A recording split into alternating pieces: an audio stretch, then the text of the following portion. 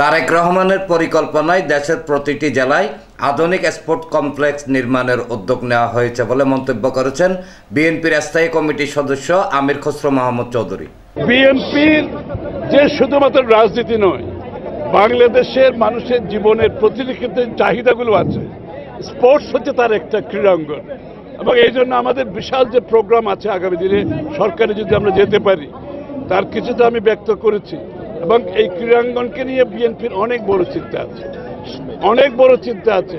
বাংলাদেশের যুব সমাজকে যদি আমরা তাদের সুস্বাস্থ্য, তাদের যে ক্রীড়ার জন্য তাদের যে উৎসাহ উদ্দীপনা, এটার প্রতিফলন আমাদেরকে আগামী দিনে ঘটাতে হবে। কোকোর তো বিশাল অবদান বাংলাদেশের ক্রীড়াঙ্গনের জন্য, এটা বিএনপির নেতাকর্মীদের নিশ্চয় প্রেরণা দেবে। শুক্রবার সন্ধ্যায় চট্টগ্রাম জেলা স্টেডিয়ামে আয়োজিত চট্টগ্রাম বিভাগীয় জিয়া ফুটবল টুর্নামেন্টের চূড়ান্ত পর্বের অনুষ্ঠানে প্রধান অতিথির বক্তব্যে তিনি আরও বলেন, এসব কমপ্লেক্সে ফুটবল, ক্রিকেট, হকি ও অন্যান্য খেলার সুযোগ থাকবে।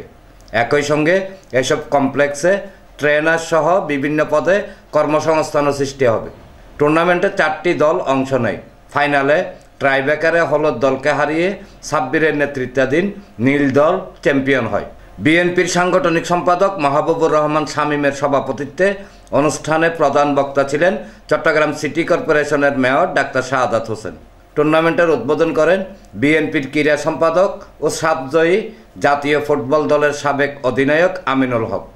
বিশেষ অতিথি ছিলেন বাংলাদেশ জেলা ও বিভাগীয় ক্রীড়া সংগঠক অ্যাসোসিয়েশনের আহ্বায়ক মোহাম্মদ শরীফুল আলম, বিএনপির চট্টগ্রাম বিভাগীয় সহ সাংগঠনিক সম্পাদক বিপি হারুনুর রশিদ হারুন, ব্যারিস্টার মীর মোহাম্মদ হেলাল উদ্দিন, নগর বিএনপির আহ্বায়ক আলহাজ এরশাদুল্লাহ, বাংলাদেশ জেলা ও বিভাগীয় ক্রীড়া সংগঠক অ্যাসোসিয়েশনের সদস্য সচিব সৈয়দ আমিনুল হক দেওয়ান সজল, জিয়া ফুটবল টুর্নামেন্ট পরিচালনা কমিটির সমন্বয়ক জাহেদ পারভেজ চৌধুরী, নগর বিএনপির সাবেক সাধারণ সম্পাদক আবুল হাসেম বক্কর, দক্ষিণ জেলা বিএনপির সাবেক আহ্বায়ক আবু সুফিয়ান, বাংলাদেশ জেলা ও বিভাগীয় ক্রীড়া সংগঠক অ্যাসোসিয়েশনের কেন্দ্রীয় যুগ্ম আহ্বায়ক ও প্রচার কমিটির আহ্বায়ক ইসরাফিল খসরু মাহমুদ চৌধুরী, দক্ষিণ জেলা বিএনপির আহ্বায়ক ইদ্রিস মিয়া, নগর বিএনপির সদস্য সচিব নাজিমুর রহমান, দক্ষিণ জেলা বিএনপির সদস্য সচিব লায়ন হেলাল উদ্দিন সহ আরও অনেকে।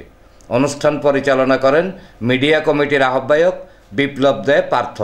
ডেস্ক রিপোর্ট, প্রগতি 24 টিভি।